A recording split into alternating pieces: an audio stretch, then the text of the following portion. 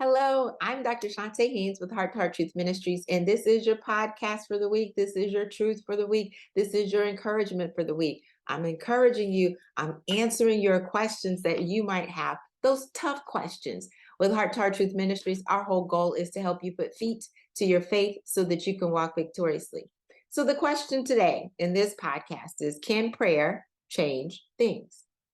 Can prayer change things? The short answer is yes, prayer does. But I'm going to talk about prayer changing things in two situations. One, prayer changes us.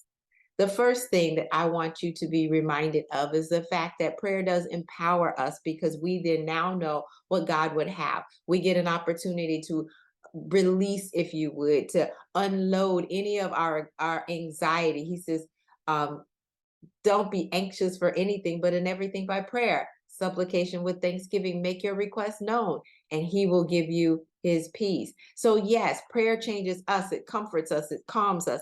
But prayer also empowers us or equips us. He made the barren to be now birthing. There were too many times in the Old Testament that we would see, starting at Genesis 25, where women were unable to bear children, but that, they prayed. And when they prayed, they then ended up having children. Hannah prayed and ended up with Samuel. There are just so many I'm not going to mention. But prayer also changes our attitude because we then are now humbled. We recognize that we can't do it all our own, and we need someone, the God of this entire universe, to intervene. We're allowing him to intervene when we go before him in prayer. So we're not then continuing to keep our hands on the wheel, but we say, Jesus, take the wheel. We need some assistance. And we allow the Holy Spirit to help us. Prayer also can give us sight. Oh, we talked about it even in the message this week in Nehemiah chapters 1 and 2 of the vision that we would get. But ultimately, it was the sight that God showed so that you would know you can move forward. In addition to that, he gave Balaam eyes to see in Numbers, the 21st chapter and the 31st verse. Elisha prayed so that the servant would see that there were more for us than against us. 2 Kings chapter number 6, verse 17. So deliverance, for direction, for wisdom, for guidance, you have not because you ask not. You need to pray, and it changes us.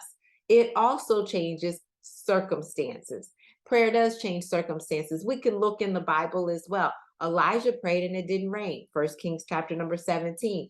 Joshua prayed and the sun stood still. Joshua, the 10th chapter and the 13th verse. And I just recently did a book on prayer so that you can get comfortable with the Creator and have consistent prayer life, but also see answers to your prayer.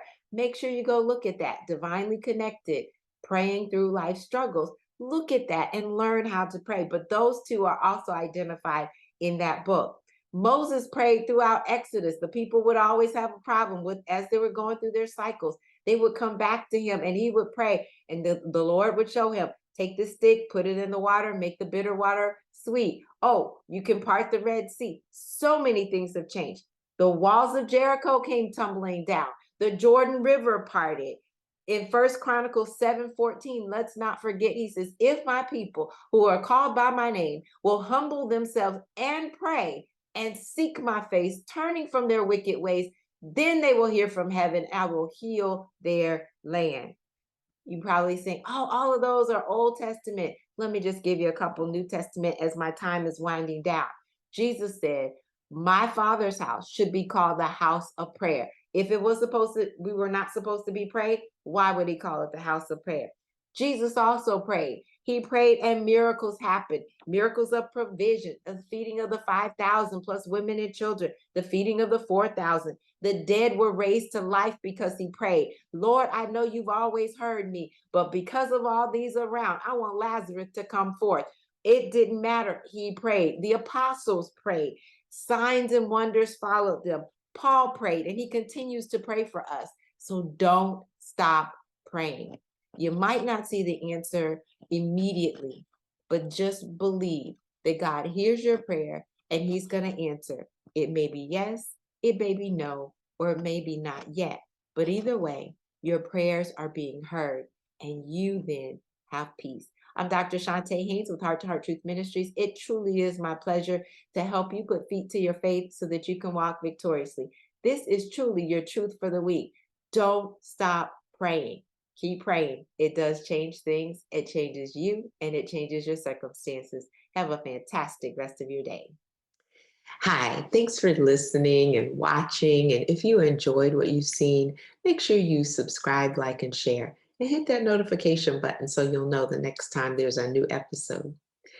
Listen, as a result of my coaching program, my clients have experienced a calming of the emotional roller coaster. They have a compelling future, as well as a confidence in the know-how to achieve it. And they have clarity on the financial tools that they need in order to live life on their terms and save tens of thousands of dollars.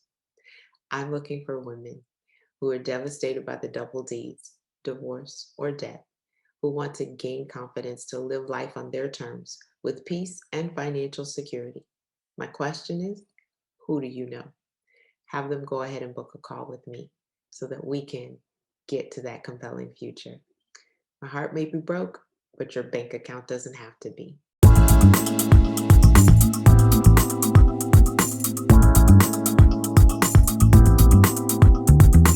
You can find us online at h2truth.org.